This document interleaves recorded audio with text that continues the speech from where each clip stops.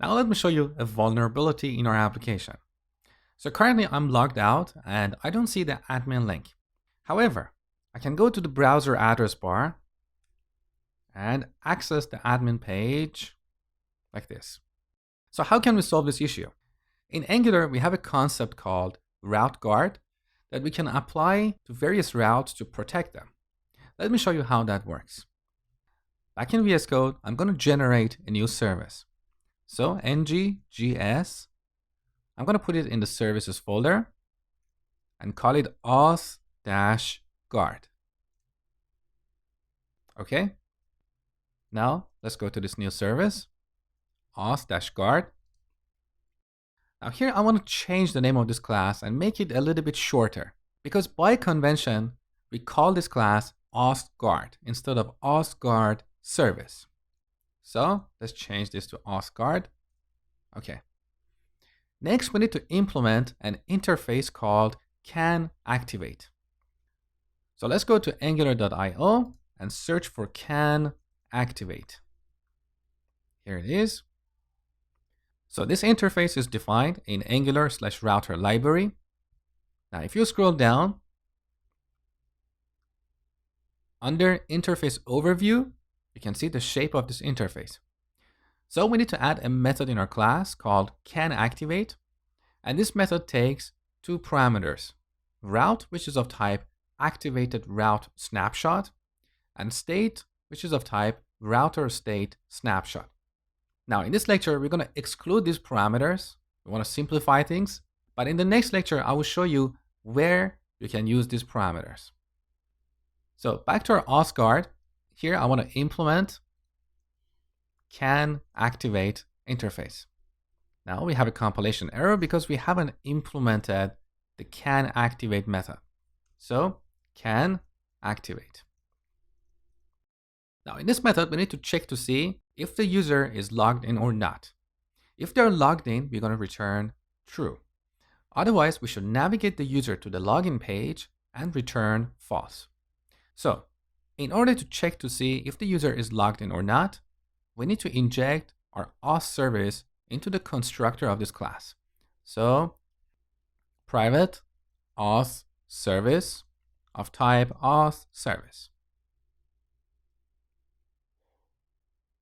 And then in CanActivate method, we can check if this auth service is logged in. We're going to return true. Otherwise, we should navigate the user to the login page. For that, we need to inject the router service into the constructor of this class.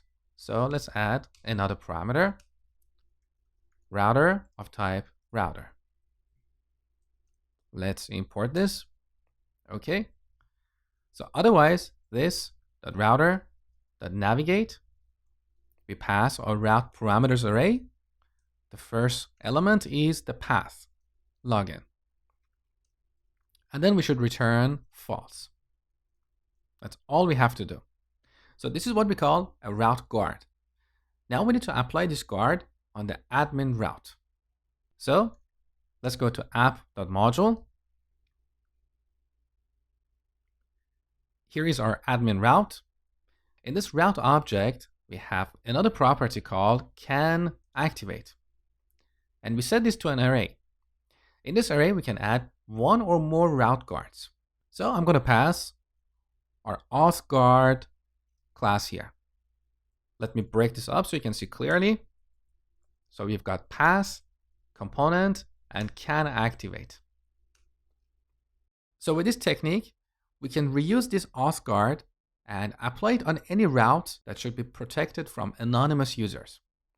Now let's test the application. Back in the browser, we have a white screen. So let's take a look at the console. Obviously, we have an error. No provider for auth guard. You have seen this error before. We forgot to register auth guard as a provider for dependency injection.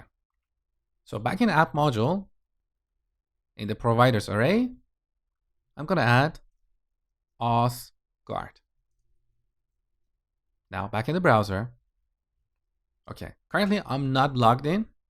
Let's see what happens if I access the admin route. I get redirected to the login page. Let me log in. And now I can successfully access the admin page. So in Angular, we use route guards to protect our routes from anonymous users.